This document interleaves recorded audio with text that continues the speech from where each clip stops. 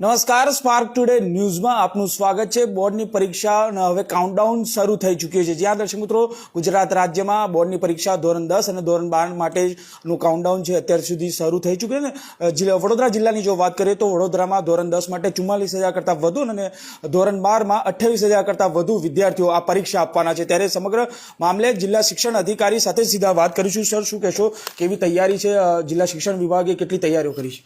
ગુજરાત માધ્યમિક અને ઉચ્ચતર માધ્યમિક શિક્ષણ બોર્ડ દ્વારા આગામી 26મી ફેબ્રુઆરીથી ધોરણ 10 અને ધોરણ 12ની જાહેર પરીક્ષાઓ ચાલુ થવાની છે।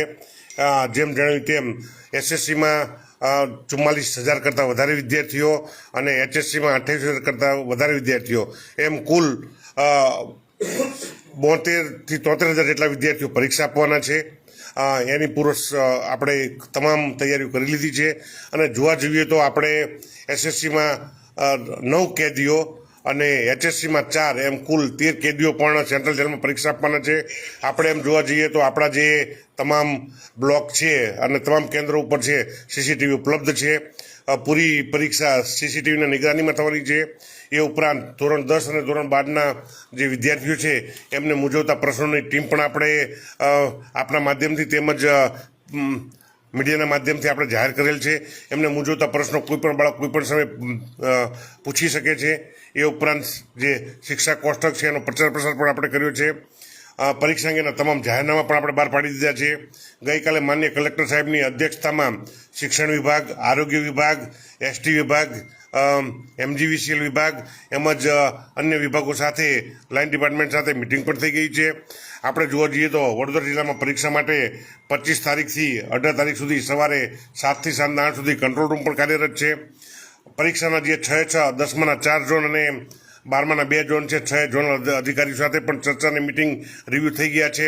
આ વખતે જોવા જઈએ તો વડોદરામાં કરજણ ખાતે નવું વિજ્ઞાન પ્રવાહનું સેન્ટર આપ્યું છે।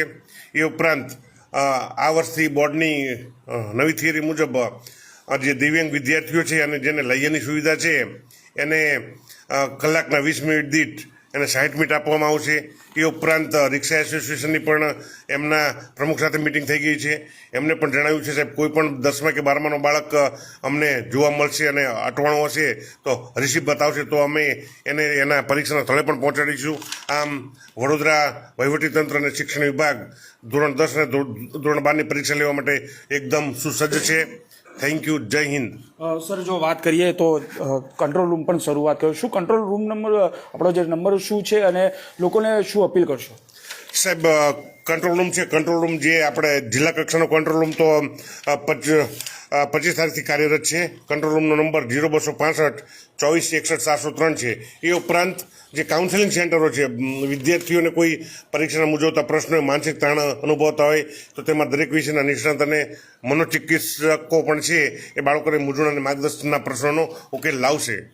કેટલા કાઉન્સિલિંગની રચના કરવામાં આવી છે? કોણ કોણ આવે? 14 જેટલા કાઉન્સિલિંગ છે। કાઉન્સિલિંગમાં વિવિધ વર્ગના અધિકારીઓ છે, સારી સારી સ્કૂલના આચાર્યો છે, એ ઉપરાંત મનોચિકિત્સકો પણ છે, જેથી બાળકો પરીક્ષામાં તાણ ના અનુભવે અને એમના નંબરો પણ પ્રેસ મીડિયાના માધ્યમથી આપણે જાહેર કરેલ છે। બાળકો એમને પ્રશ્નો પૂછી શકે છે। લગભગ અત્યાર સુધીમાં 100 જેટલા પ્રશ્નો આવેલ છે। હમણાં જ આપણે વાત થઈ ત્યારે હમણાં જ એક પ્રશ્ન આવ્યો કે સાહેબ અમારી એક માર્કશીટમાં જૂના વિદ્યાર્થીઓને ભૂલ છે તો સાહેબ અમે એના માટે શું પ્રયત્ન કરશું, એનું પણ માર્ગદર્શન આપવામાં આવેલ છે। એટલે સર, જે રીતે ધોરણ 10ની જો વાત કરીએ તો પ્રથમ વખત તેઓ પરીક્ષા આપવાના છે, તો એવા વિદ્યાર્થીઓ માટે શું ખાસ અપીલ કરશો? કારણ કે અમુક વાર એવું પણ બનતું છે કે આત્મહત્યાના પણ વિદ્યાર્થીઓ પ્રયાસ કરતા હોય છે।